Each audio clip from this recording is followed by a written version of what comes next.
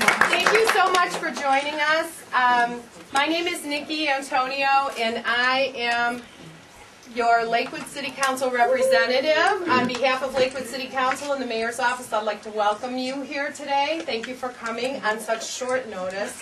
But I know it wasn't difficult for you to come on short notice. I'd like to thank our host.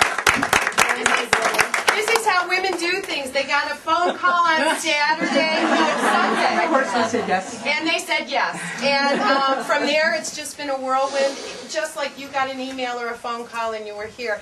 And we're here because of this extraordinary woman that we're going to hear from. I left my little introduction at home, but what I can tell you from reading the internet last night is not only does she have many, many degrees, she speaks a lot of different languages, so many that there's not enough time to mention them all. And she is our foreign policy expert and a real trailblazer for women because she was doing this work when there weren't women around doing this work.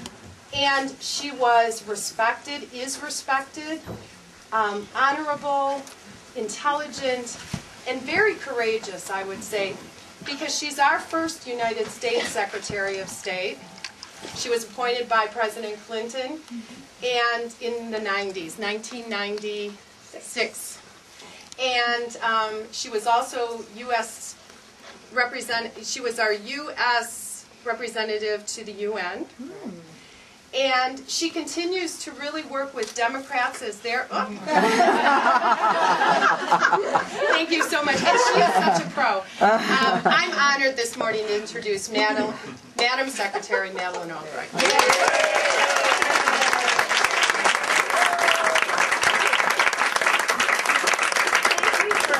Everybody who I am, because sometimes people don't know. I had recently come back from China, and Chicago was the first port of entry, and I was there getting undressed for the security people. And, I put my stuff down on the conveyor belt ahead of me, and the woman ahead of me said, "So where'd you get all those screw-top bottles? My bottles all leak, and where'd you get yours?" And I said, "Well, I got them at the Container Store." And then, as I was going through the magnetometers, the TSA guard looked at me and he said, "Oh my God, it's you." He said,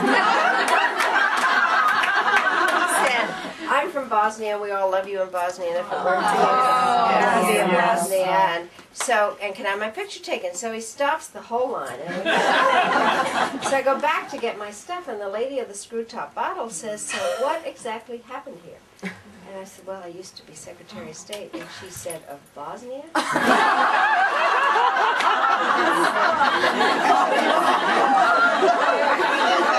Thank you.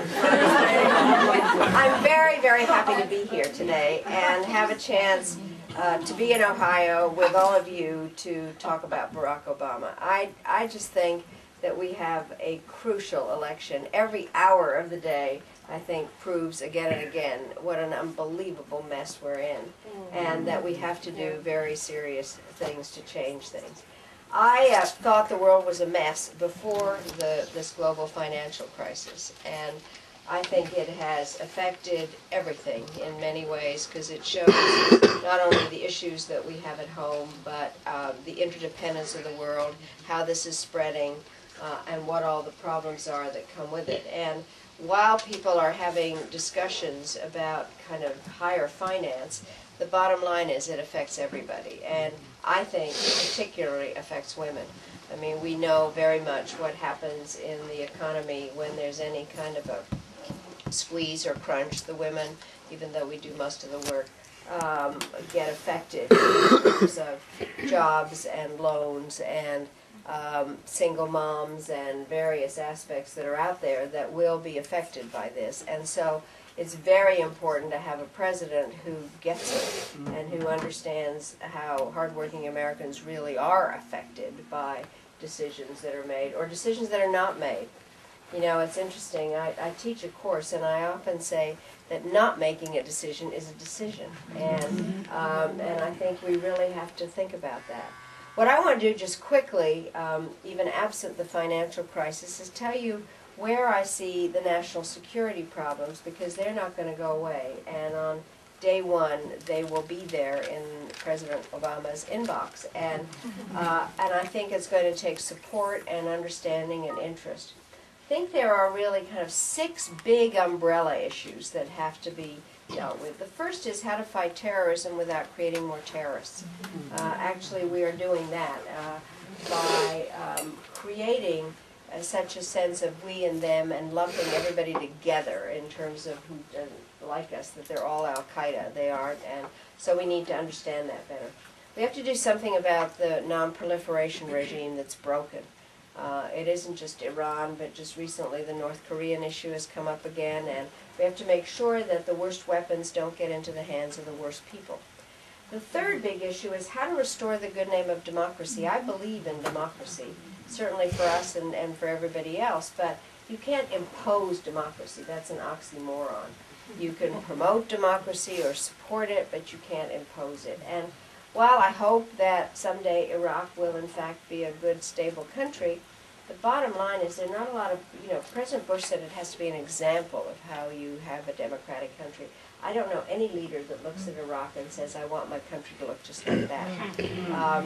The fourth big issue has to do with the problems of globalization. I think that people come to me and say, how do you stop globalization? Well, you can't stop it, but we need to mitigate the worst parts. And I think the biggest problem is the growing gap between the rich and the poor.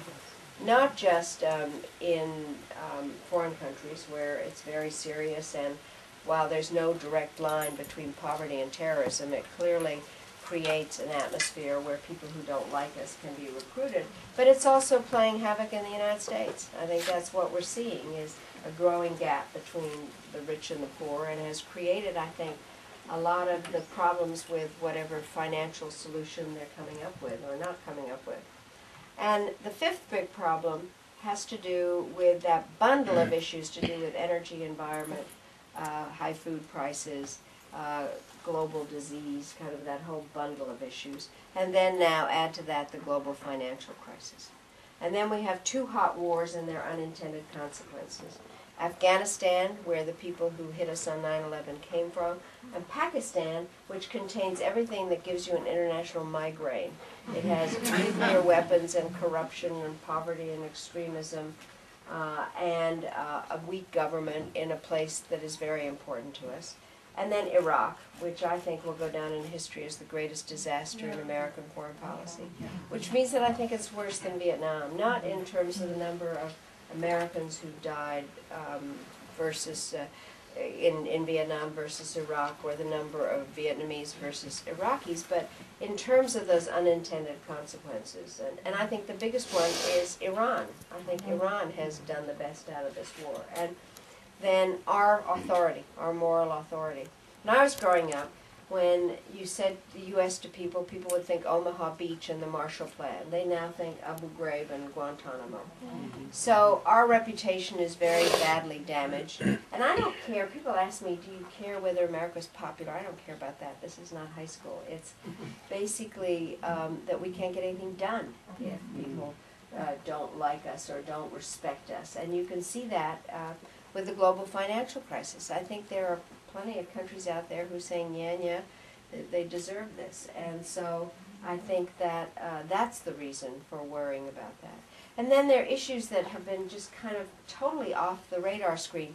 I don't criticize the Bush administration just for being unilateral, but for being unidimensional. They have only paid attention to one part of the world with one tool, military, when there are all kinds of other issues. I mean, people think Africa's one country. It's actually a lot of different countries, but it also has very different problems depending upon which country you pick. But there's some failed states and some fragile states and some that are making it. But it's important to us that we pay attention to some of the issues in Africa and Latin America. Latin America, they should be our natural allies, and again, it's just been forgotten. So the next president is going to have a huge agenda. And that's why I think it's so exciting that we have Barack Obama, because to me, the other night, I was down in Mississippi, kind of observing all of this, and it was so clear. McCain kind of, I mean, he's a perfectly nice man, but he basically thinks yesterday.